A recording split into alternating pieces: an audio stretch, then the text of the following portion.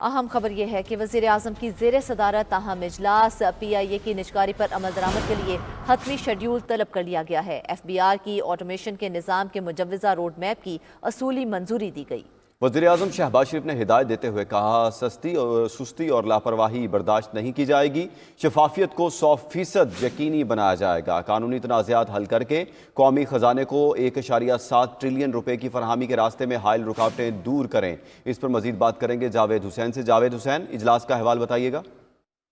جی دیکھیں، وزیر اعظم شہباز شریف نے قومی ایئر لائن پی آئی اے کی نجکاری پر عمل درآمد کے لیے حتمی شیڈول طلب کر لیا ہے، اور اس حوالے سے انہوں نے ایک اعلیٰ سطحی اجلاس کی صدارت کی، جس میں وزیر اعظم نے ہدایات جاری کی کہ سستی اور لاپرواہی برداشت نہیں کی جائے گی، شفافیت کو 100% یقینی بنایا جائے گا، ایف بی آر کے آٹومیشن کے نظام کے مجوزہ روڈ میپ کی اصولی منظوری اور وقت کے واضح تعین کے ساتھ عمل درآمد کیا جائے۔ وزیر اعظم نے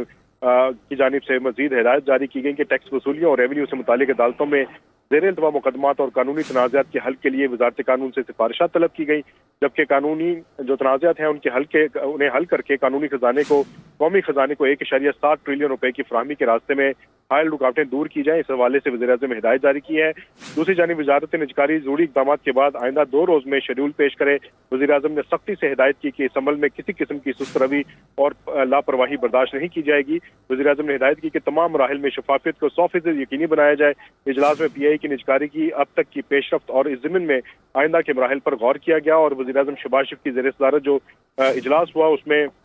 ایف بی آر کے آٹومیشن نظام میں شفافیت کو یقینی بنانے کے حوالے سے بھی بات چیت ہوئی ہے، اور مراد کے جو اصلاحات ہیں اور مراد ہیں اس کے ذریعے ٹیکس میں اضافے، کرپشن اور اسمگلنگ کی روک تھام اور ان لینڈ ریونیو اور کسٹم کے شعبے الگ کرنے اور ٹیکس ریٹ میں کمی پر جو پیش کردہ تجاویز ہیں ان کا تفصیلی جائزہ لیا گیا ہے۔ جی اچھا جاوید، یہ بتائیے گا کہ پی آئی اے نجکاری کے حوالے سے وزیر اعظم کی جانب سے کوئی ڈیڈ لائن دی گئی ہے کہ کب تک اس نجکاری کو مکمل کیا جائے گا؟ جی دیکھیں، اس حوالے سے وزیر اعظم نے اسے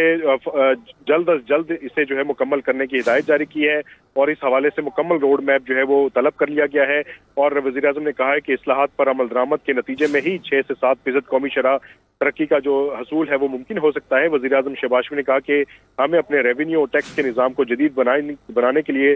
سرمایہ کاری کرنا ہوگی، مراد پر مبنی ٹیکس نظام لانا چاہتے ہیں، ٹیکس کا بوجھ کم کرنے کی پوری خواہش ہے، لیکن عوام کی ترقی اور سماجی خدمت میں کاروباری برادری کو بھی اپنا کردار ادا کر کے وزیر اعظم کی جانب سے کہا گیا ہے کہ جلد سے جلد نجکاری کے کام کو نپٹایا جائے۔ جاوید حسین، بہت شکریہ آپ کا۔